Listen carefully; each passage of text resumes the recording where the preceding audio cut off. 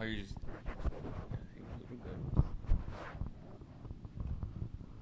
You have the comments on that one? Yeah. I don't have the comments on either.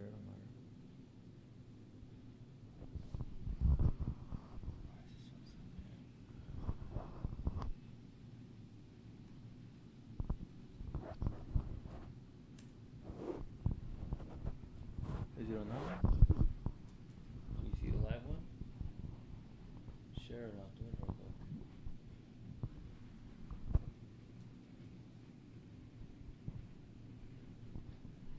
Yep. All right. We are live, Nice. everybody. We Nice, are nice, live. nice. All right, we're just checking. Let us know if you guys can hear the audio. Check, 1, 2. Check. Let us know if you guys can hear the audio. My hair is all messed up. Check 1, 2. Oh yeah, sounds clean as fuck. All right. All righty. All right, live streamers, you guys are going to join us for our podcast. If you guys want to say anything, let us know. You're live. Saludos de Walla Walla, Washington. All right, man. I don't like Gonzaga, Saludos. but I hope you guys join the Mountain West Conference. Just got to put that out there real quick. Are we focused? Yeah, focused enough. I'll focus. Let me know. It's good. This is the focus. This one? Yeah, yeah. Right there? Oh, I can't see. This is lagging. Plus, when you move back and forth, it's going to come out of focus. Oh, yeah. You're good. All right. You just move forward, though. I'm back here. Nah, it's better. All right. Mikal Bridges at 6. Miles. He said Miles, bro. It's the Bridge Brothers. Yeah, my bad, guys. I'm dyslexic sometimes. Let's get this party on the road. Again, it all makes sense once the audio version comes out. But yeah, guys, join the stream right now on YouTube, man. I don't want to see you guys right here. I want to see you guys on YouTube. Join on YouTube, you guys. Because it's monetized on YouTube. Who's that? Who's talking? All right, in 3, 2, 1. I don't know. Let me check what number it is. I think it's 331. Yeah, it is 331. All righty. And now I'm looking at that. If it's lagging, yeah, let me know. All right, guys. 3, 2, 1. Welcome to CK Podcast 331. I am joined by my man, my brother from another mother. Not really, though. E-Man Basulto. E-Man, how you feeling? It's been a long season, but we're here grinding out some content and really getting in depth about this young King squad. That's right. I am feeling fantastic, minus the outside basketball things happening in Sacramento and King's World. I think everything's going fine, especially with our relationship with the players. I think everything's going smooth as can be. This year has been fantastic. I love all the guys, and I love where this organization is going. I also love where the organization is heading. Yeah, the wins may not add up right now, but again, this is a long-term vision. This is a long-term project. Rome wasn't built overnight. The Kings have shown improvement in the last month. Now, have every single individual shown improvement? Of course not. You've had moments with each individual where, Willie might have a good game here, then it's De'Aaron, then it's Bogey, then it's Buddy, then it's Frank Mason, Skal, etc.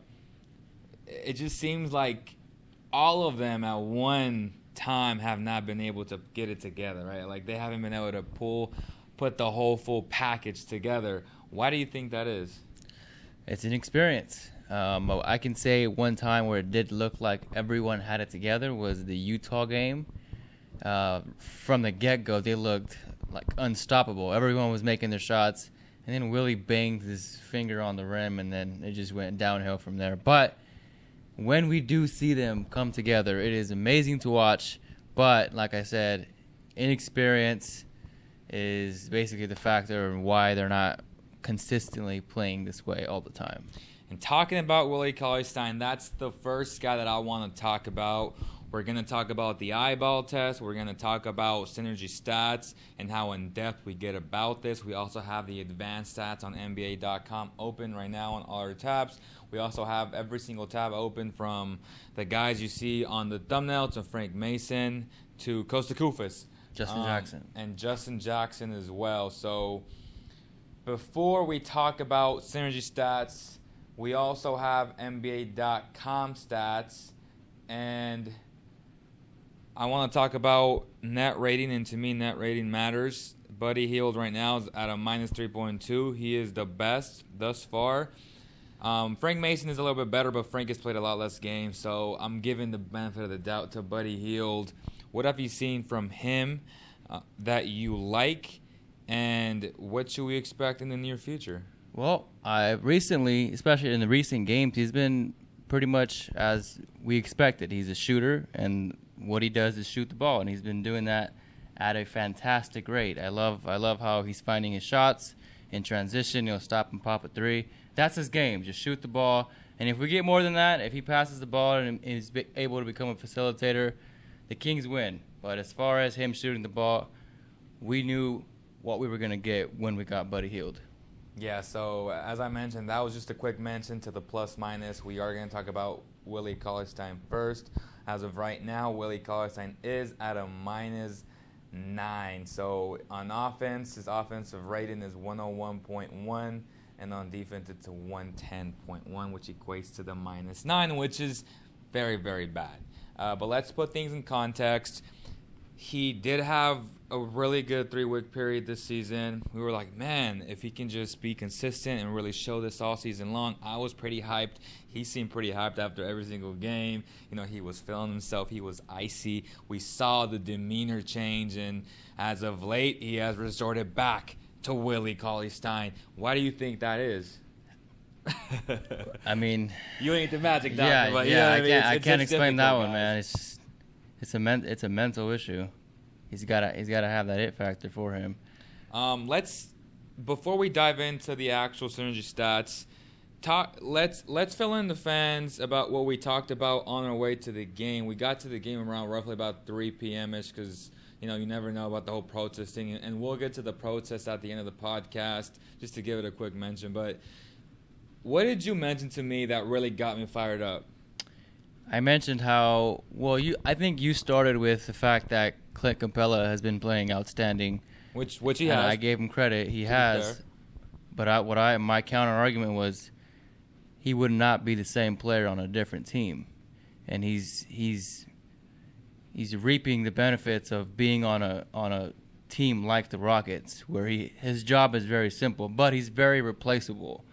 And how I said, in my opinion, I said all you need to be is super athletic, tall, and can run the floor. If you can do those three things, you fit on the Rockets roster in terms of as a center.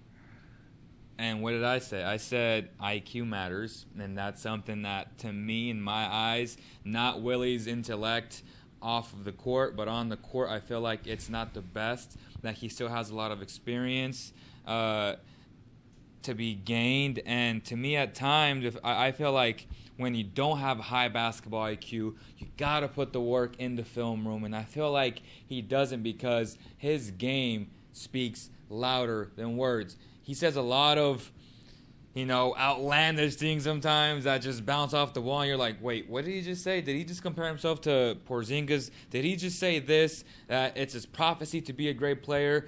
He has said this year some crazy things, and even last night, there was no accountability in my opinion. He said, we're young. How much longer can you use that excuse? He's been in the league 3 years now. He's 24 years old, Well, to be fair, he was talking about how we let up so many three-point shots. Correct. And how that affected the rest of the defense because now they're trying to block the three-point shot. But to my argument, to defending Willie Cauley-Stein, he looks not as good as Capela IQ-wise because it's the coach offense, all right? So you're saying it's the offense, it's a product of the system. It's the coach, exactly. Coach Dave Yeager still has that old-style system where he wants to give it to his bigs and let them read the play and read the guys coming off screens. Which is fair. Clint Capela hardly ever touches the ball when he has to facilitate an offense. Willie does do that, and that's because that's Dave Yeager's offense. Now, would you say that you don't like his offense, or his offense doesn't fit the personnel of his bigs? Yeah, his offense doesn't fit the personnel of his bigs. There it is. Willie Cauley-Stein is a run-and-gun guy. We've seen him in transition. He looks amazing when he's running down the floor with Fox.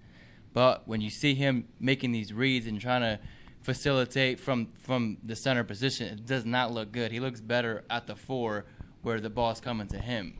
And to give you credit, you're right. When we looked at the synergy stats, each individual play type, the pick and roll, which to me is the most important stat for a big man, he's below average, and I was correct on that.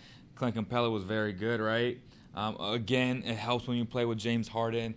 But you're right. His post-ups, he has been in 145 possessions, and he's been average. So he's scored 120 points out of the 145 possessions, which puts him at a 40 percentile rank, which, again, is average. It's not good. It's not bad. So I get it. He's put in the position where he has to make reads, and maybe that doesn't suit his game. So what do? You fit the personnel of your team, and I think that's where Coach Dave Yeager has used this season to experiment and really give these guys a chance to prove if they can play in his offense, right? Yep. I have a good feeling from what we're hearing that Harry Giles might be that guy, that skill big, that DeMarcus type S, where you can be in the high post, read the offense. If they give you that jump shot, you'll take it. If not, you'll hit the nice cut with the bounce pass, etc. I like what I'm hearing, but again, there's faults on both ends, right? You agree that his IQ is not the best, and we can agree to disagree that he might be able to replace Clint Capela. I don't think he could, especially from a defensive standpoint. But then you also bring up a great point that the Rockets have really good defensive wings, and I give you credit for that. They do. They got a PJ Tucker. They have a Trevor Ariza. They have a Luke Bamute, and and even a Gordon to some extent. He's not bad, but he's not good. But still, he's a lot better than what the Kings have defensively. So yeah, I'll give you the credit. I'll let the fans decide what they think. Our job is to put the perspective out there, but if you ask me, in my opinion, would he be able to replace Clint Capela? I don't think I don't think so, but you think he can, which is fair. I want you guys to join the conversation. You guys can go ahead and call in the show. The number is right there. The number is 209-565-3079. So what are the people saying? They're saying a bunch of things, but let's get back to synergy stats. And to be fair, in the pick and roll, in 177 possessions, he's only scored 172, which puts him 27th, which is pretty bad. It's below average. Again, if you want to talk transition, he's been excellent. In 81 possessions, he has scored 109 points, which puts him at 90th. So on the top. He's good in transition. He's good in transition. It's very simple. When he's not making reads, when he doesn't have to, make those type of plays, he has been good. But again, that's not how Dave runs his offense. It's not. And Dave Yeager is giving Willie Cauley-Stein the idea that, hey, you can become more than just a shot blocker and a big that can run down the floor. And we, as fans, will get mad saying, why is he doing X play, shooting jump shots? Well, that's because Dave Yeager is encouraging that. And now Willie Cauley-Stein is saying, oh, I have the capabilities of becoming like Kristaps Porzingis. And when that's in his mental, it's going to look bad for both Correct. Dave Yeager, because that's not Willie's game, and Willie Cauley-Stein. And Jaime Gutierrez just brought up a good point. Kaminsky and Harry Giles would be a nice pairing because of Kaminsky's long jump shot, which he's really good at. And, Harry Giles' all-around game is what we're hearing. Again, let's put a nice asterisk on that, guys. We don't know how Don't write guys... that down. Don't write that down. Don't write that down. Hashtag Costa Koufos. Go and subscribe to the channel right now. Quick shout-out to my boy. But, yeah, guys... In theory, again, to be fair, it sounds like a nice pairing, but that's not what we're here for, to talk hypotheticals. We're here to talk about facts. And if we look at Willie Cauley-Stein's overall offense, he's been average. Again, ranks 38. Let's talk about his defense. Where has he gone wrong this year, in your opinion, from the eyeball test? And what do we find out from Synergy? From a defensive aspect, I haven't. With my eyeball test, I have not been impressed at all. With the entire year, I haven't been impressed defensively. Not just Willie Cauley-Stein, but the entire Kings squad. So Willie Cauley-Stein's going to fall right in that category of just being a bad defensive team. So would you say when you put him in the pick and roll, and as the big defender, when the team is put in that situation, he ranks 25th, which is below average. It's really bad. He gets shredded, bro. Okay, I agree. He gets shredded a lot. Does it have to do with his guards not being able to also stay in front of the absolutely opposing right. guard? I think it's both. Yes, it is both. It's just the whole team is just bad in general on defense. But we did see is isolation. What did we see the stat when he's on one-on-one? So in isolation, he is very good. That's the rating. In 76 possessions, he has only allowed 61 points, which is good. It's not excellent, but it's very good.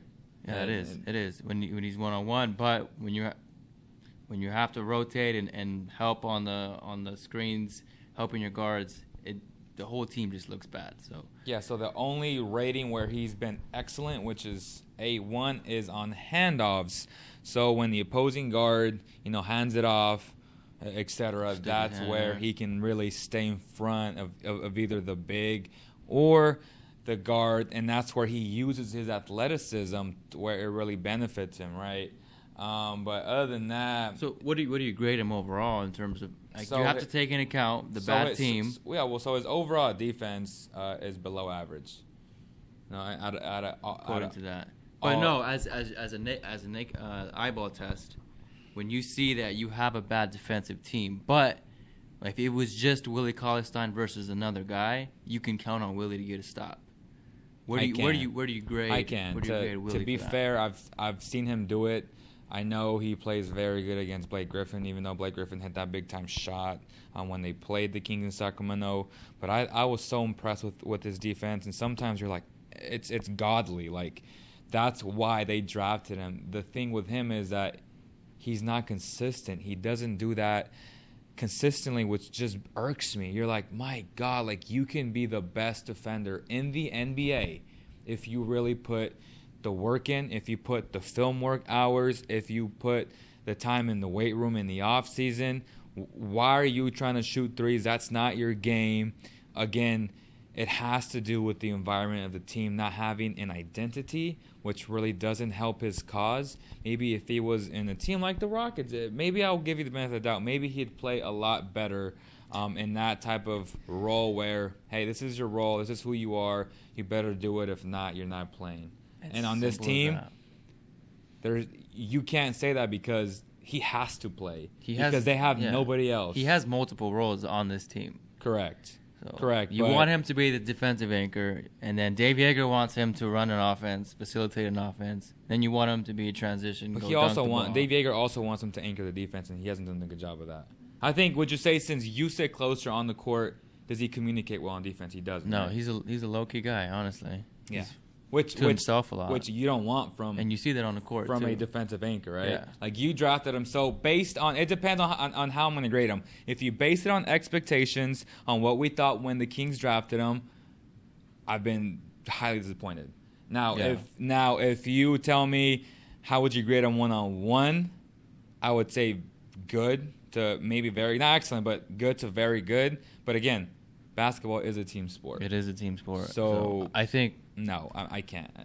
Yeah, I honestly believe Willie Cauley-Stein will be in the league a while, but as a role player, because of this, the mental aspect of him not being able to consistently dominate a defense, and not his personality isn't I'm gonna anchor the deep, I'm gonna call out the screens, and I'm gonna let you know where they're coming from. He's a very quiet guy, and I think he'll still have a job in this league for a while and succeed.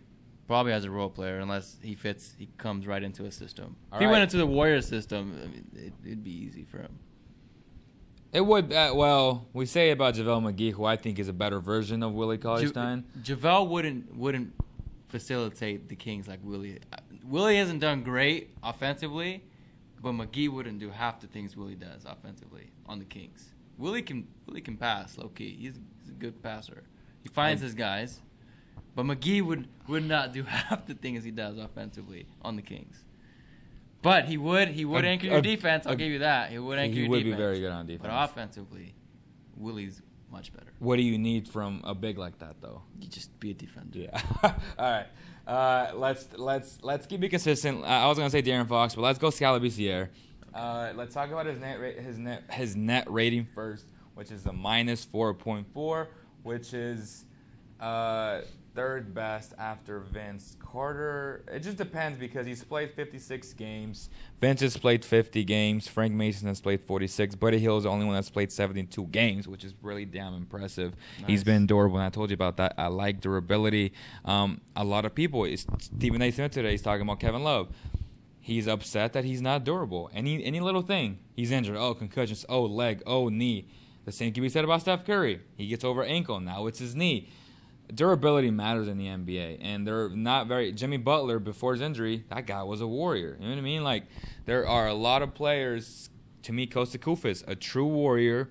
Durability is a skill to me. You take care of your body, and you play games when the team really needs you. Costa even plays through injuries. That dude has have you seen his finger? You hurt his finger like midway through the season, yeah, and he's still it's playing like today. It's all cricket, and he still plays because he's just that tough of a tough-minded basketball player. So again, Skal Labissiere, -4.4 on offense, 104.5 defense, 108.9 equates to -4.4. Eyeball test. What have you seen from him all season long? What have you liked? What have you disliked? From Skal, I've seen that my man can get buckets, but beyond that, he's not a good defender. He's not quick. I think honestly, I feel like he's a step slow in terms of, coming off screens, defending the players. I think defensively, he's just a bad defender. But offensively, he gets buckets, and he can't pass. He can't do the other things like basketball IQ, make the extra pass, do that stuff. But if you want him to go get a bucket, just like Zebo, he'll go get a bucket. Great, and I think we talked about that earlier in the season where I was like, well, what's your excuse on why you're playing Zebo so many minutes if they're both bad defensively? Wouldn't you want to put your young guy in that situation, giving them playing time, giving them confidence? And we've seen that from Skal. If you give him 30 minutes a night, he will at least put 15 points at the very minimum. And offensively on Synergy Sports, and 546 total possessions on offense, he has scored 507 points, which is average, puts him at a 41% percentile rank. Again, not good, not great. But it is okay because he's going up against men, and his size, he's really skinny right now, and he does. So you're saying they're watching out for him? No, kudos to him. He's average against grown men. Oh, because he still has developing to do, but the fact that he's still scoring on him at this stage of his life is a huge positive. Huge positive. Imagine if he gets big and he puts in the work in terms of physicality-wise. I think you'll see that increasing. So he's been put the most in post-up situations. He's been poor.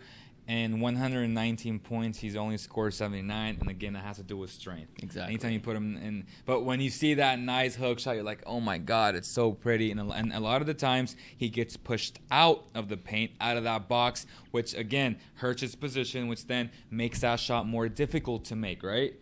And when that happens, when you're not that strong, shots, when they're contested like that, tend not to go in. So the second play type has been in the pick and roll. He's been below average, so a little bit better than poor. In 100 possessions, he's only scored 95 points. So he's not that far from average. So where has he been excellent? Oh, my God, in transition. In 36 possessions, 47 points. He's been good. It's actually not good, 36 possessions. Yeah, to be fair, you can make the argument that he doesn't run the floor. That's just our team, bro. We don't get defensive stops. Correct. So go back to Willie, just real fast to see transition. He's been in 81 possessions, but that's because he's played more. Yeah. And he's played more minutes. So 81 possessions to Skal's 36. Skal's 36. Yeah. But to be fair, he has been excellent. And isolation, where we love him, where if you give him the ball, he's going to get you buckets. He's been good. 35 possessions, 32 points. And in spot up, he's been average, which, I would think he'd be a lot better there because his jump shot's so pure. But yeah, overall, though, he's been average. Let's talk about his defense. I'm kind of scared to click on that tab. Is it even worth looking? Because we can already know. Oh, my God. He's been very good. Defensively. Lies. Breaking news. To be fair, I don't agree with you, man. I feel like he has been playing a lot better on defense. He's been able to stay in front of guys. Where he struggles is when they try to post him up and he gets in foul trouble. But as far as his lateral movement, he's gone a lot better in my eyes. That's my opinion. Let's talk about the spot ups, and when he guards the spot up, he's been average. Okay, this is a stat that I want to prove my point to of what I just said. He stays in front of his guys, even though in the beginning of the year he wasn't very good at that. As the pick and roll, as the big defender, he's been very good. In 135 possessions, he's only allowed 94 points. What do you have to say about that? So he moves his feet. Yeah. I mean, it's contrary. Am I wrong? It's contrary to what the eyeball test says, right? Yeah, and my eyeball, I feel like he's not a very good defender. Or is it when he's playing, the guard just is so bad that it makes Skal look bad to you? The Kings are just a bad defensive team. That's all. I just want to get my point across. All right, and to be fair, when his guy rolls as the pick and roll man, he's been excellent. He's only allowed 31 points in 45 possessions. So, this is why I'm confused. If Willie's a good isolation defender and Skal's been very good defender in isolation as well. He's very good on defense, and Willie is a good isolation player. Why does this team give up so many buckets? The guards. Just say it's De'Aaron Fox. Oh, when we get to them, I hope that our stats prove us right and say that all our guards play a horrible defense as well. Hyman says, what's the guy's name next to Leo? It's Emmanuel, photo editor, bro. You don't watch the vlogs or what? He's done plenty of podcasts with me, man. You might have... Shout out to Brendan Rodgers. That's my man. You might have one, but not. You might have one of them on the team, but they aren't at that level yet. Jaime says, laughing out loud. So there are a lot of people right now. So again, are we clear about Skal? You say he's not a good defender. I say he's not as bad as everybody thinks he is. In my eyes, that's the end conclusion. What we were talking about this earlier. He does get blocks, like we see him blocking shots, and fans get excited and say, "Oh, he's doing better as a defender." And I'm like, "Well, would you have Skal guard the good bigs in this league?" And in my opinion, and Dave Yeager's opinion, he would not put Skal out there against the best bigs of the NBA. Why? He's just not comfortable playing Skal. Just not comfortable playing him. He's physique-wise, I still don't think he's ready to handle the ADs and the Joel Embiids and the Kristaps. And he's not as quick as them, and he's not as strong as them. But he's a really good offensive player. Okay, so quickly, let's talk about the last big on our chart, which is Costa Koufos. Very good game Shout yesterday. out to Costa. Follow his YouTube channel right now. Right now. And I know someone had asked what happened to him last night. Why didn't he play? I think the simple answer is the Kings wanted to lose the game. And let's not sugarcoat that. Costa Koufos gave him let's sugarcoat it, bro. He hurt his finger, guys, and he just couldn't get back in the game. Costa Koufos gave him the best chance to win the game. He's dominant.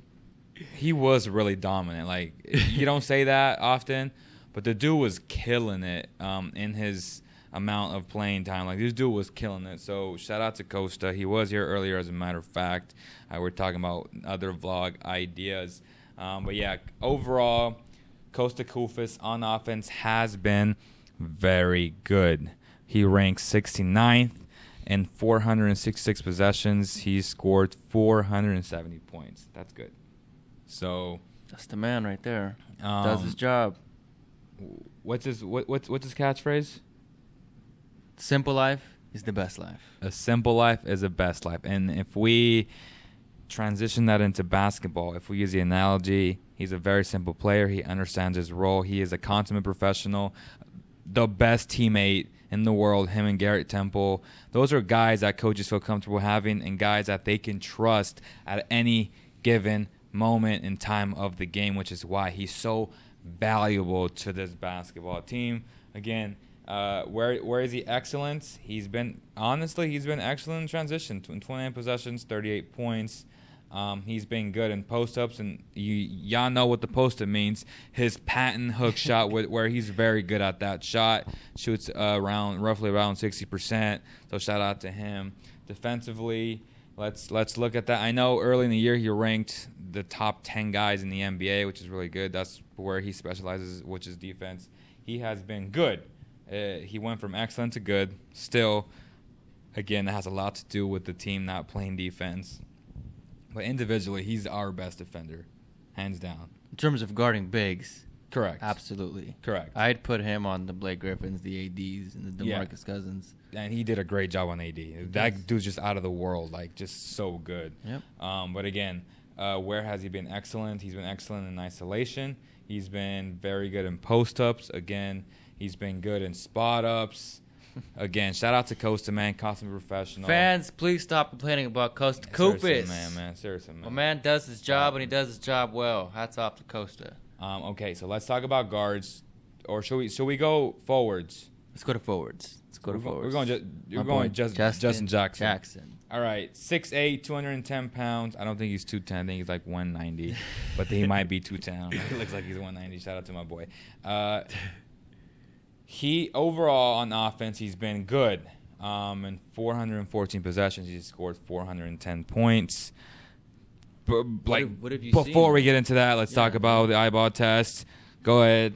What do you like? I want to ask you about him because I think for him, I think he's a toolbox. He's kind of like Costa. He's going to be a guy that whatever you need him to do, he's going to do. That's fair. Offensively. That's actually a good analogy. What do you see? Costa Koufos, but like a guy that plays small forward. Yeah. That does it pretty much all. That's not special. He's not out of this world. He's not going to pop out on the actual box, the counting numbers box stats, but he's going to do the little things to win games. He's that guy. Can you justify him being drafted at 15? Maybe, maybe not. As of right now, I would say no. Maybe next year if he gets stronger and he's more consistent with this three-point jump shot, I'm going to say hell yeah. But again, we can't make that judgment or that call. In 71 games? So there's 7 games left on the year, guys. I'm not going to make that judgment. I don't think it's fair for him. He has been playing arena. When he plays arena, he plays very well. But overall, he's been good, according to Synergy Sports. But yeah, I mean, I think he's been not number 15-ish, because it's not fair, because you see guys like Kuzma and other guys that were, Mitchell was drafted 13th, but he's a star, and you're like, damn it, like, you know what I mean? Like, it makes you feel like that. So to be fair, it's not fair to judge him on that type of scale. Does that make sense? In terms of star level, like, will he become a star? Yeah, like, he's not going to be a star in my eyes. Yeah. Well, we won't absolutely close that out. Sure. And say he'll never be a star. I mean, he might become a star because of what he does. Effectively. He might be Batum, which is a very good thing. Exactly. So according to the stats, again, he's been good overall on offense. Where has he been the best? He's been very good in 3 areas. Doesn't even take that many shots. Let's pull out the stats. So offensive rebounds, putbacks, in 16 possessions, he scored 20 points. He is pretty sneaky good at that. Yeah. Like, he just tends to get his length up there. He uses his IQ. Also physicality, just like Skal. As he becomes stronger, you will see that increase as well. And something that we both talked about in Summer League, what was he doing best? Moving without the ball. And play types, when it comes to cutting to the basket, He's been very good. 47 possessions, 63 points. That's actually pretty damn good. That's not bad at all. That's what you want to see from your small forward. And as he gets heavy minutes, we're going to see all these possessions increase like a ton. Okay. Because in the beginning, Vince Carter and then Temple, George Hill. To be fair, you do need Temple in that rotation. No, earlier in the season, okay. he wasn't playing that much. He was playing in Reno a lot because of our vets. But now, Dave Yeager said yesterday, starting next season, these 5 guys, the ones we're talking about, you're going to see them a lot. All right, so spot up. Let's talk about his defense. Before we look at it, what do you think his rating is? I think in terms of very good, good, and average, yeah. I think he's been an average. Correct. He has been average 375 possessions, 357 points. And to me, honestly, he's been very good defensively. Honestly, I think he's been really good. People don't give him enough credit. But anytime he's guarding your best player or like your best wing, and let's look at the play types. Again, there's so much information here, guys, that we would take hours if we went through everything. So we're just going over the general stuff, like the play types and the overall stuff. But in spot ups, he's been very good. He struggled in the pick and roll. He's been below average. So again, that has to do a little bit. I would say mostly strength. You know what I mean? Because guys can just bully him and just go through him. I hated how Paul George was just pushing him around. Yeah. I just said, man, just wait until he becomes a little bit stronger, man, and he won't get pushed around so easy. Like it's going to be nice to have Justin Jackson on the squad. So isolation, he's been average. So that's a good post up. He's been good. Off screens where he struggled, he's been below average. So he gets caught in those. Again, that's strength. There we go. We're getting into our wings, so we should start to notice this. So below average. So that's going to do it for Justin Jackson. What should we expect from him, though, in the last 7 games? Coming up in the last 7 games, I think defensively, you just want him to keep, playing the same defense or even better defense, guarding the best guys of each team, the best wings of each team, for sure. What about yourself? You want to see more offense from him? I do. I want him to be more aggressive. I want him to take more floaters, which, that's what I love doing. What Coach hates. But he can't take that away from him because that's Justin's game.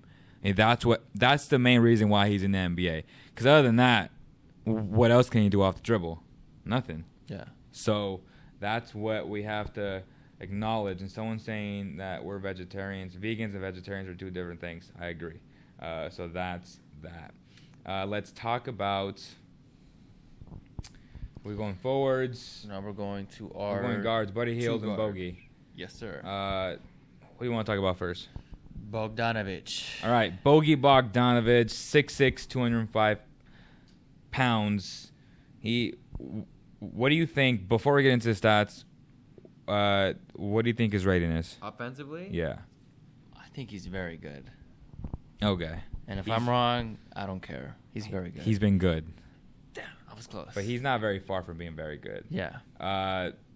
Again, before we get into the stats, what have you seen from him? What have you liked? What have you not liked? I've really liked how he moves without the ball, and I saw it a lot versus the Boston Celtics, where he was just coming off screens, pump faking, giving it back to this guy, moving, going around another screen, opening up Buddy Hield, and he'll take an open shot. So I really like how Bogdanovic knows how to move without the ball. We need that in this type of offense. And then also what I've liked is how he's been able to facilitate the ball. And it became crucial when we didn't have Bogdanovic. I think for a game we saw it was just the offense was just bad. And that's what I'm scared of. Like if Bogdanovic, knock on wood, if he ever got hurt, the Kings would be in a sunken place because I honestly feel like even De'Aaron Fox doesn't facilitate the team as well as Bogdanovic does. Again, that comes with playing experience. Yes. He has been battle-tested since he was 19 years old. He's been playing professionally. And, De'Aaron was a 19-year-old rookie, now 20 years old. That comes with experience. Not to say that he won't get there, but as of right now, I believe, and I've been on record saying it plenty of time, Bogdanovic is their best player. Even defensively, I don't know what the stats will say, but I think he's been solid honestly. But one thing that I haven't liked about him is that sometimes he's not very aggressive. And I know Costa tells us, hey, dude, I want you to be more aggressive. Everybody's telling me, be more aggressive. When you're aggressive, everything opens up for everybody, because now they're respecting your jump shot, and then you can kill him with the passes, because we know he is capable of making those amazing lob passes or those amazing bounce passes. You know, a guy who has typically high basketball IQ. Yeah, absolutely. Let's check out the stats. Energy stats on Bogdan Bogdanovic. So where has he been excellent? In 2 categories. In spot-ups, which that makes sense. He's pretty damn good there. He's been excellent. 162 possessions, 193 points. And in post-up situations, only 16 possessions. So it's been very minimal, but he has been excellent there. Where has he been very good? Nowhere, but he's been good in 4 areas. In the pick and roll as a ball handler, he makes the right reads. The only guy on his roster, in my eyes, that can make the right reads as of right now, today, not mañana, but today, he is that guy. The other category, transition, again, basketball IQ, he's been good there. Isolation, and he knows how to move without the ball. He cuts. He has cuts. I've seen him do it a lot. He talked about he was moving well without the ball against the Boston Celtics. Again, he didn't shoot the ball, well. Yep. But put that in perspective, and how will that help other guys in year number 2, how he moves without the ball? Exactly. When he, like you said, he missed 2 of 8 when he played the Boston Celtics, but the way he was moving, the way he was running around screens and making it hard for Jason Tatum and Jaylen Brown to keep up with him, I just said, you know what? The fact that they're doing it on 2 super athletic guys is amazing to watch, knowing that barring they're both rookies in terms of Jason Tatum and Bogdanovic, but to see that they're able to move without the ball is gonna help a lot in terms of running an offense. And like I said, Bogdanovic is a player that Dave Yeager wants. Absolutely. And Dave Yeager's offense, Bogdanovic requires a guy like him. Is your guy. See, Dave Yeager's offense requires guys who can pass the ball and are ball handlers, who are playmakers. Right now, the Kings are like athleticism and shot makers. So they got Buddy, De'Aaron, guys who can create their shots but not create for others. Will they get better in that area? I sure hope so, because that's the only way this team can become better as an entire unit. We expect it from Fox. And if Buddy does it, then it's a win. But I don't expect Buddy to become a facilitator. I just want him to keep but we expect him from Fox. Sharpshooter. From Fox, yes, definitely. Okay, so before we get to Fox, we got to get to Buddy, because we're going shooting guards, and we got to go Frank Mason as well. Real quick, Buddy Hield, whatever you like, whatever you not like from Buddy. We're not going to knock out defense real quick from Bogdanovic? Okay, yeah, sorry. Bogdanovic on defense, his overall has been poor. Damn it. We can't sugarcoat it. Can't sugarcoat it, guys. Our guards have been horrible. They have been horrible. Which is why the stats goes back to our point from earlier. Stats will show that our guards have been horrible, though. Yeah. And that's not just Bogey, that's everybody. But my eyeball test shows that he's been decent. Well, now it makes more sense why Skal did okay and Willie did okay, but it goes right back to the guards. And I'm okay with that, though. I'm okay with our guards. I think as they grow offensively, in my opinion, I don't mind Bogdanovic becoming like a lockdown defender. I don't expect that ever from Bogdanovic. But you need to be a good team defender. Yeah, just do your rotations, and if he makes a shot, it's all right. Effort. But he's not like, okay, he's your go-to lockdown. Justin Jackson can be that guy, sure. He better be that guy. Yeah, Bogdanovic. It don't matter. If he's bad on defense, I'll eat my losses with that. Because he's so valuable on offense. Yeah, he is. And I'm glad the stats are showing that our guards are horrible defenders. Because they're pretty terrible I made my point earlier. The Kings are a bad defensive team. So what are the people saying?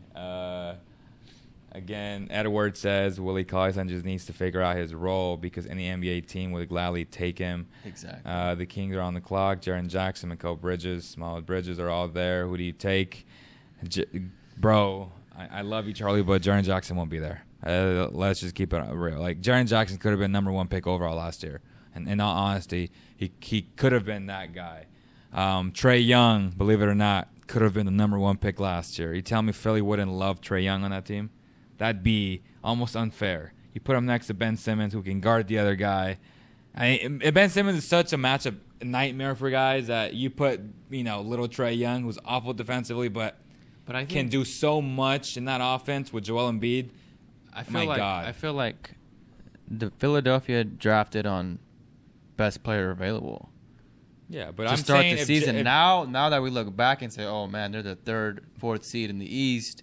They need this type of player. Now we can say, oh yeah, Trae Young would have fit that. But at the beginning of the season, they just needed to draft best case scenario. But they drafted him based on how good he was in college, right? Yeah. So that's what I'm saying. He was gonna fit their offense. No, yeah. But now, if you know what you know, if you know what you don't know, so let's say he didn't have this type of awful season where he gets injured. You know what Trae Young and Jaren Jackson did in college. Who do you go number 1 now? Yeah, if now that they're in a playoff situation, I'm just saying what they need. Yeah, I would definitely go with Trae Young or Jaren Jackson. No playoff situation. The playoffs don't matter. We're just talking about just pure college performances. Like, who do you draft if those 3 guys are available at number 1? With last year's guy? So if Trae would have came out last year and we knew what he did in college, not knowing what he's going to do in the NBA. So there's an unknown factor. You would still take. I'm taking Trae number 1 Young over Lonzo, top 5 guys over Lonzo Ball. I would. Would you? That's you. No, I so wouldn't. who would you take number 1? And he had the sensation that he had this year. Yeah. So no, I would still take. Markelle was really good. That's what I'm saying. So you would still go Markelle. And that's fair. I respect that. Clear cut. Markelle was the number 1. No one doubted that in the beginning. Okay. Like everyone agreed it was. Everyone. What do you guys think? Knowing what you know, what Markelle did at Washington, knowing what you know with Trae Young and Jaren Jackson at Michigan State and at Oklahoma, who would you have drafted? I'm not talking about Donovan Mitchell because obviously he's a clear-cut number 1 pick. I'm talking about top 5 guys: De'Aaron Fox, Jackson, Tatum. Who would you take number 1? Be blind to the NBA season. To what you know. All right. Markelle never got hurt. Markelle was just Markelle from college. Out of the 7 guys, so the first 5 and Jaren Jackson and Trae Young, if those 7 guys are available, you got number 1, who do you take? Put that out there. So we were on Bogey, heading to Buddy Hield. What have you seen from Buddy? Buddy gets buckets, man. He really does. My God, he's so good. He's got a swagger and he can shoot the ball, man. And that's all I expect from Buddy Hield, man. Just go get your buckets. And if you're having an off game, play that excellent defense. Like we've seen, sometimes we get small portions of Buddy Hield becoming a lockdown defender. Last time I saw it was in Phoenix when he just had a bad night and he just went off defensively. So Charlie says he'd take Jaren Jackson over Karl-Anthony Towns. I don't blame you, bro. Like, I'm that high on Jaren Jackson as well. But yeah, I love Buddy Buckets. I thought he has really he's given me lots of encouragement in terms of thinking he has a chance to be a good defender in the NBA, not just a lockdown sniper, but a better two-way player. Let's give him credit. Maybe Synergy might not show that, and we'll find out in about 5 seconds. But before we get to his defense, his rating on offense has been good. Okay, so nothing earth-shattering. Yeah. He's been good. Where has he been? Excellent. Spot-ups. Absolutely. That's my man. That's what he does. 84th. He's been very good. Very good and off of screens, of course. Absolutely. Very good there because he moves well without the ball. He has good footwork. And in handoffs, again, we've seen a lot of the handoffs. Willie Cauley-Stein and all the bigs making the handoff to him. If it's Costa, you know he's finna get open and like get a good shot. If it's Skal and Willie, you know he's taking a contested shot, unfortunately, because drop off the pass. You just gotta know your personnel, man. Those guys don't set good screens. They don't set good screens. So, Buddy's calling the screen. He's like, no, I don't want you. Costa, get your big stuff over here. Hopefully, Justin Jackson, if he grows bigger, he'd be a nice guy to be that screen guy. Yeah. So there's still hope. So defensively, Guess right now. He's been poor. Below average. Below average. Well, that's better than I expected. Overall, below average. Where has he been very good? He's been excellent in the pick and roll. Wow, surprising. Only 16 possessions, but honestly, that's a very micro scale. Yeah. So sample honestly. size. Isolation. This is enough to prove my point. He's been very good. In 51 possessions, he's allowed 38 points. And ISOs, I feel like he plays really good damn defense. Okay, I think you got it mixed up with the ball handler, big defender. Yeah. Then there's ball handler, like the handler. Yeah, which so is below facts. average. Yeah, so it's facts. Below average. There it is. Correct. But isolation, he stays in front of his guys. Does he? Not when he's in pick and roll. Okay. So when he gets picked, that's where all our guards suck. Yeah.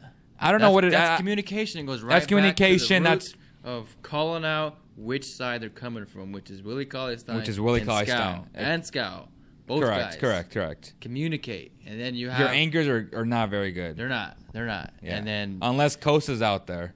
Yeah. Unless Vince Carter's out there anchoring, which you kind of don't want Vince out there because he's not part of the future.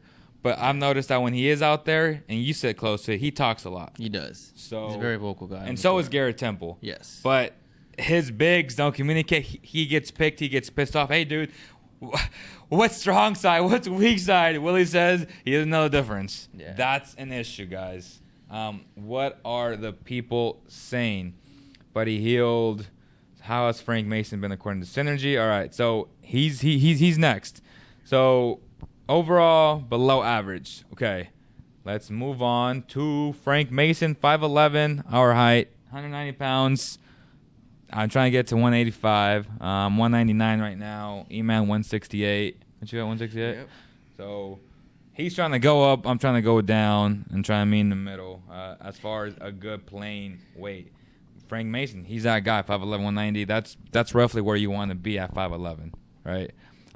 Especially at this game where it's so physical and he's getting bounced around like a ping pong ball out every single night. We've seen it. That's how he got injured that one night. It was Eve for 2017 is when we took Lil Max. Mm-hmm. He got injured. He got bounced 3 possessions in a row until he hurt his. Was it his Achilles? Was it his heel? Yeah. It was plantar fasciitis. There you go. So he has been below average offensively. Wow. Yeah. Which I kind of expected. I don't, like I said, Bogdanovic is our best facilitator, and I hope Frank Mason becomes a better facilitator and De'Aaron Fox. Because they're both scoring guards. They're scoring guards, yes. So is Bogdanovic. But his IQ is off the roof. And that's what separates him. I mean, honestly. I would honestly sign a facilitator in the offseason. And I would even take Frank Mason minutes from him. I want my facilitator to come from the wing. Because if your facilitator, like, say, the guy from the Clippers, Bogdanovic's buddy from Serbia, say you do sign him, then what happens to Bogdanovic? Sorry, to De'Aaron Fox. So I need my guy to be Luka Doncic. Okay. Or to be like... Which is super fair. To be a Which wing... is a dream come true. To be a wing facilitator. Write that down. Write that My down. dream come true. Luka Doncic. Yeah. So a guy who was a savant in the pick and roll action. Again, the only 2 players in the entire draft that can make skip passes with either hands, like just insane passes, Luka Doncic, Trae Young. Those are gifts, guys. Like, those are tangibles that you don't see. Those are plays that Steph Curry and James Harden and LeBron James makes. Like, that's what Luka and Trae Young can do at this age. These prospects next to their names, Leo? I'm putting their passing ability next to their names.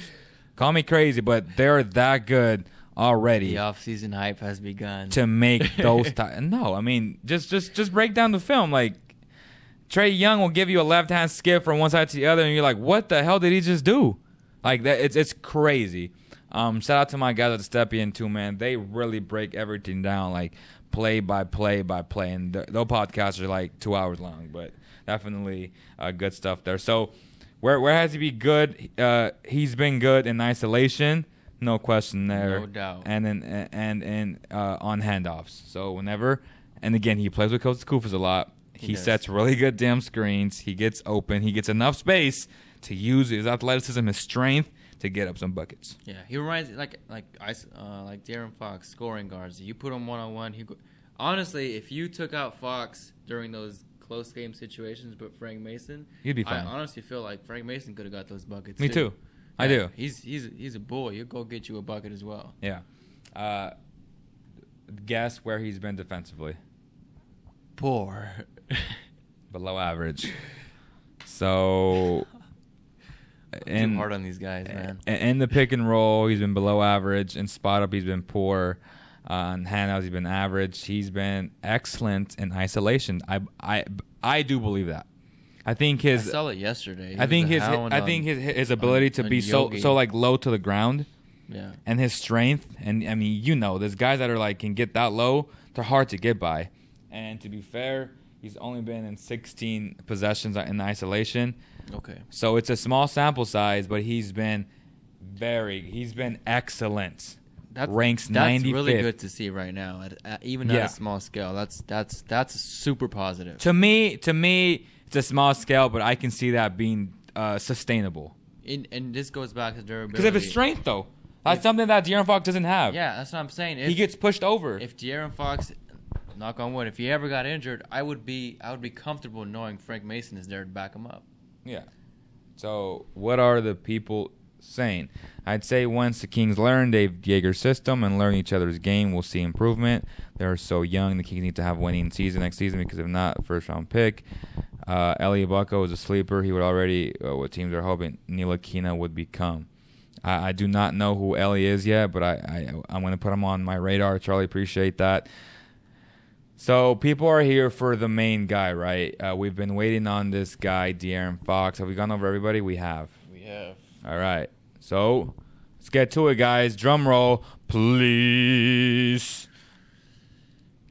De'Aaron Fox. Offensively, don't look at the screen. Franchise player. Sacramento. What do you think his readiness offensively? This year, I hope he's average. Okay, he's below average. Oh, dang it. Again. But, back to isolate. I know in ISO game, he will go against anybody.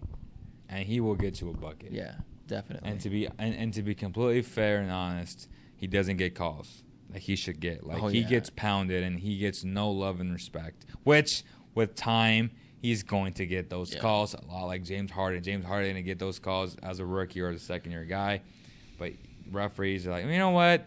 He's gone bounced enough. Let's give him the call, guys. They're humans as well, and they make mistakes.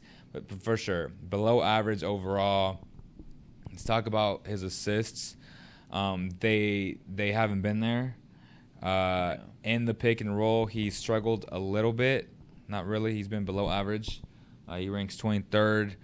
We can't really sugarcoat it, and we love De'Aaron Fox. You know what I mean? Like if he is listening, if he is listening, it is what it is. Like our job is not to question them or judge them off the court. We're good friends, but on the court, he's been pretty bad there. But with a lot of room to improve right there. And to me, it's going to happen. It's not a matter of if it's going to happen. It's a matter of when. I think adding strength really has to do a lot with all of that. Yeah. And to be honest, I have to look through all of the stats, but I know that when he does make an assist and he makes a good pass, his teammates tend to not really execute and finish the plays for him, which then equates That's to what our eyeball test shows us. Yeah, I've seen De'Aaron Fox make amazing passes, amazing skip passes, amazing passes in the pick and roll, and sometimes it just doesn't go your way. So where has he been excellent? Offensive rebounds, 12 possessions. We know how putbacks, like he's been clutch in those situations. 12 possessions, 16 points. He has been very good in isolation. Again, 55 possessions, 53 points. That's where he exceeds, guys. Fourth quarter time. And again, something that the stats don't really show, his ballsiness, and I made up that word, to take big motor. shots. Like, no, this has no motor. This has to do with, like, wanting to take that shot. It's not for everybody. Guys don't live for those moments. Franchise. De'Aaron Fox lives for those moments, and you have to give him credit for that, man. What do you think about that? Franchise player, De'Aaron Fox. Simple as that. The closer. So definitely a closer defensively. What do you think his rating is? Poor. Let's keep going on the streak. Poor. I finally got one right. right. Someone had to be poor. 684 on the possessions, Kings, 694 points allowed. Where do you think he's struggled the most? Personally, I feel like also it's the pick and roll. I mean, he off screen. Yeah. Again, that's strength.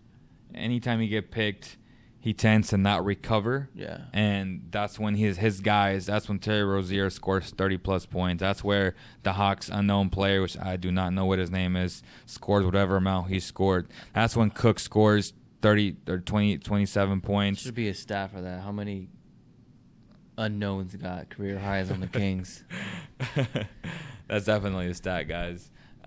What are the people saying? I include defensive rebounding as part of defense. Kings try to get Wiggins so Fox will get 10 assists per game. You know what? Wiggins, I think next year will become available. And I say it in a way that Jimmy Butler and Wiggins are mirror images of each other. They need a guy like a Zach LaVine, more of a shooter-type player, because Jimmy Butler and Andrew Wiggins are ISO players that are mid-range players. That's repetitive to me. They need more of a versatile shooting guard / small forward that can spot up in certain situations and be more of a playmaker type guy. If he becomes available, do you give up your top 10 pick for Andrew Wiggins? I need a facilitator. I don't need an ISO guy. Okay, that's fair. I got two of them in De'Aaron Fox and Frank Mason. To be fair, this Skal. guy's a small forward though. And he's been able to produce 20-plus points. You want Wiggins in the fourth quarter, no doubt. But I'm perfectly fine on giving the ball to Fox, to Skal, to Frank Mason in the fourth quarter. What about what I defensively? needed is a facilitator. And I want Luka Doncic. All right. So, again, we've gone over everything in terms of synergy stats, what the eyeball test says, and what they will do. What do you expect? What should we expect? And what do you want to see in the last 7 games from De'Aaron Fox? Let's put it this way.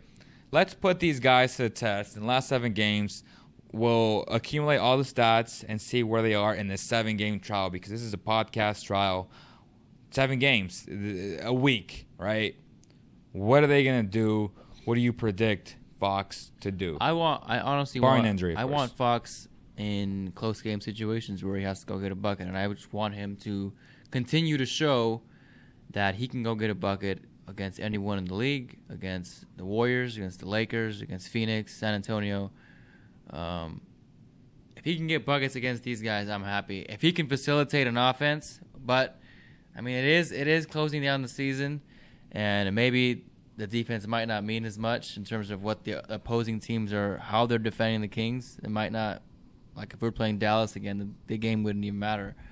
But I do want to see him facilitate a game more often. Like we were saying, I expect De'Aaron Fox to become a facilitator, much better than Bogdanovic, because he does have he's a speed demon. If he can facilitate the ball well, the Kings have a super, super bright future.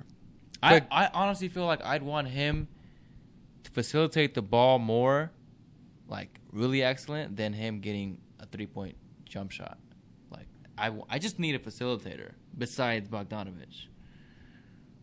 Agreed. Quick update. McDonald's All-American 2018 game. The West is down 120 to 124. The East is winning. A lot of talented kids that will come out in the 2019 draft. We don't have a pick. Where the Kings don't have a pick. Oh my god! So don't even pay attention unless we're trading one of our guys for the pick. So R.J. Barrett, Cam Reddish, Zion Williamson, Jordan Brown, who I hope goes to Nevada. Oh, shout out to the Wolfpack, man! Excellent season, guys. I was oppressed for about a week. It did happen last Thursday. It's not a full week yet, but again, Great run, man. I mean, you felt the passion behind NorCal, Northern Nevada, how we got behind our team, and they came up short, and they should be in the Final Four. I felt your passion for yeah, sure. but like, it is what it is. You were like Eric super Musselman. hyped, super depressed. Eric Musselman, man, he's doing his best and try to get this kid Jordan Brown, who's playing right now in the All-American game out of Wood Creek Prep. I mean, he led them to state, which is pretty impressive. I love his, like, we saw his footwork. The dude is a legit big man who needs to work on his jump shot, which is not there yet, even though he does shoot the ball fairly well, but his mechanics are pretty damn ugly. But other than that, he is a relative big man. And again, I am high on the Dukies, man. Duke got 3 of the top, players in the nation, guys. Definitely stuff that we'll keep you guys up to date on this YouTube channel. Do you want to talk about the draft a little bit, or? I think we should wrap it up. Just leave it pure evaluation on the Kings this season, on the main guys that will be playing. Or should we take phone calls? On next year's, what do you call it? I never shared the damn thing. All right, guys, we are That I was is live hilarious. the whole day, though. Oh, okay. You are live. Shout out to my mom. She's watching. All right, shout out. Shout out to Matina and the front office. Oh, we talking about the process a little bit. Oh, yes. I really respected what Vivek did. I think we should hold everybody accountable. Tell them what that means, D-man. And Accountability across the board for it goes from the victim to the protest to the cops to each individual, myself, Leo, Sacramento, and not everybody. Accountability goes to everybody. Every situation, when you wake up and what you're thinking and how you're going to go about your day, that's you got to take accountability that far. Starts with yourself. And I do believe that there needs to be dialogue about this and this openness to say, you know what, this is how I feel. This is how XYZ person feels. Let's unite as a city, as the capital of. This is a big deal. We're the capital of California. Like, it's sad that right now we have a huge divide and we need to be unified more than ever. We're Sacramento proud, guys. Yep. And I do want to take some phone calls from you guys. The number is 209-565-3079. If you guys want to call in. Charlie, do you want to call in? Would George Karl done a better job with this team than Dave?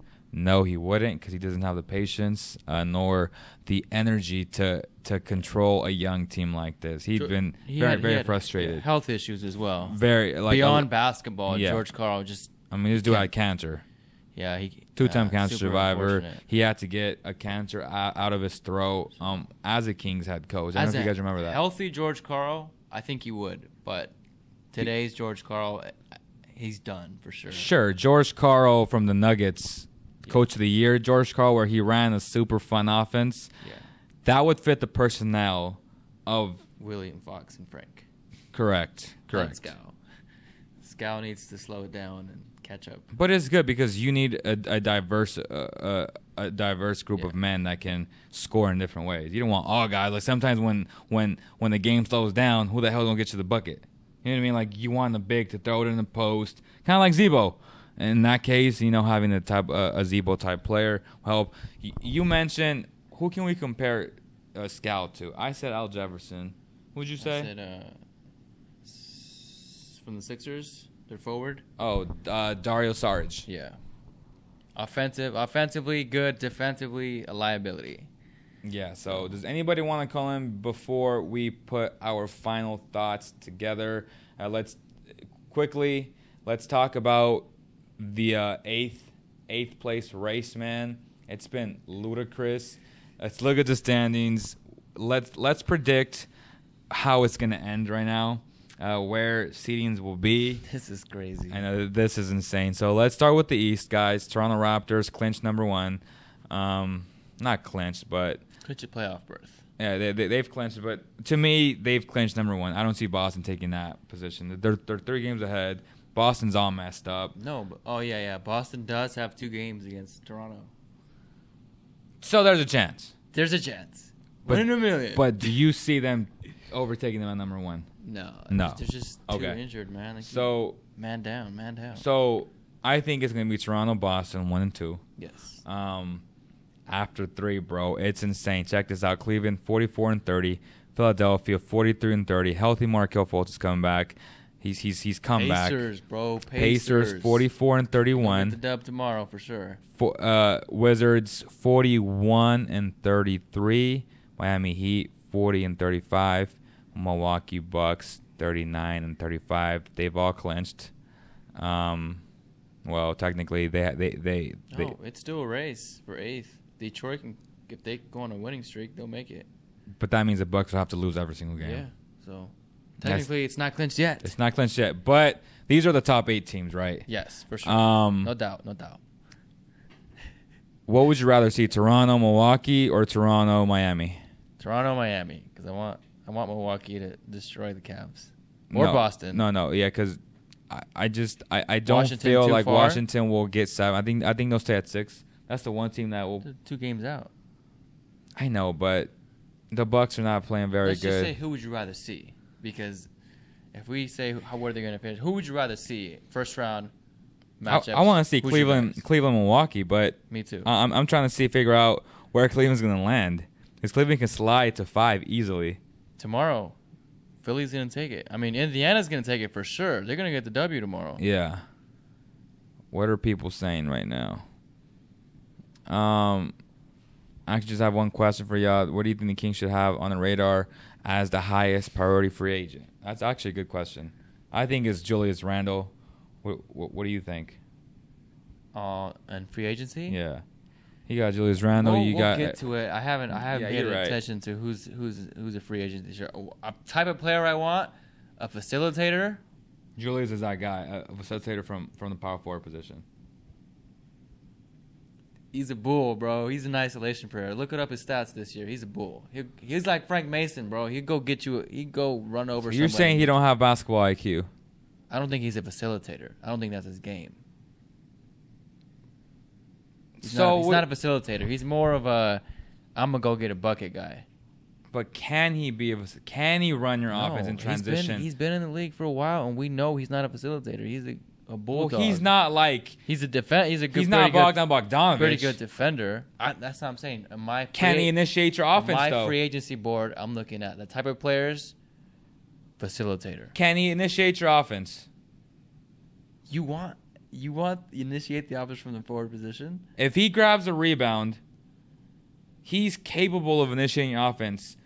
Willie Cauley-Stein cannot do that. Skal cannot do that. Harry might be able to do that. We've heard that he can do those type of things. Why can't they just throw an outlet to the point guard, to the 2 guard, to the forward, that Luka Doncic facilitator? All right, guys. So he's definitely not a. I need a facilitator, bro. That's what I'm saying. I don't know who's out there. I don't know who's on the free agency list. I just need a facilitator. Charlie just said your boy tripping. He not, definitely facilitates from the high post. He does. He's very skilled in the high post. You want a facilitator from the. You want that style of offense. That's what you're telling me.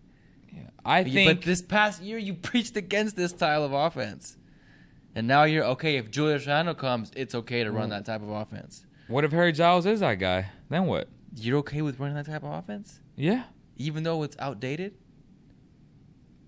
If you know it's outdated, yes. But again, you need to have a DeMarcus as Julius Randle, maybe Harry Giles type player. All right, guys. I'm all for the new era of basketball, man. Let's just run, gun, and shoot the ball. I'm not okay with it right now because we don't have those guys. You know what I mean? But I think that's a playoff. The goal here, that type of offense works in the playoffs. I know we haven't made the playoffs, but I'm thinking long term though. Your style versus this era right now.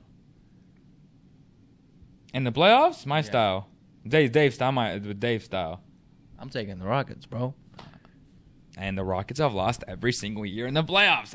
I wonder why. Well, let's watch this season. Just wait. I wonder why. Just wait. And you said this yesterday. The Warriors actually, Yeah, the Warriors run offensive plays, but they don't give it to JaVale or give it to. They give it to Draymond. It's not fair. Draymond is a very good passer, bro. Stop it. Very good facilitator. They don't give it to Yeah, I guess they He's a run very they good run offensive facilitator. players. He's a very good But facilitator. we can never say the Warriors because the Warriors are They're an one in outlier. a million team. Yeah, I mean, Julius Randle's also posting triple doubles in victories. To be fair, again, Julius Randle, Aaron Gordon's out there. I think the Kings need that type of power forward to go along with. We don't have the right guys to run. We're pieces away from having that type of offense. A lot of pieces away. Because if you're thinking about, we're losing Zach eventually. So, closest thing to Chris Webber the NBA currently has, maybe Jokic over him, but it's so close. Jokic is a facilitator. That's you know it. That's my free. I said if we could ever trade for him or get him somehow, I would love Jokic on the Kings. He's a facilitator. Do you want Nurkic? He's a step down from him, but he plays that way. Yeah, he's a facilitator. He's not Jokic, but yeah, I'd take him. over Willie. I'd take him over Julius. That's tough. I wouldn't, but I mean, I can see why. I you love say my that. foreign basketball. What can I say, man? I love team ball. I like Nurkic too. Nurkic is pretty nice also. I think that's going to do it, guys. I appreciate you guys. This episode of the podcast was presented by POWERHANDZ. Make sure and improve your handles, the dexterity of your handles, man. Check them out. Support them. They support us. You know, we just signed a 1-year contract with them. They might send us out, or at least one of us, to the NBA draft. That's in talks right now. Either way, we're going to have local coverage here like we did last year. We had NBA draft coverage last year. We sent out many of you. Shout out to my boy. He got accepted to the University of Miami. Yeah, guys, lots of events. NBA draft, NBA summer league.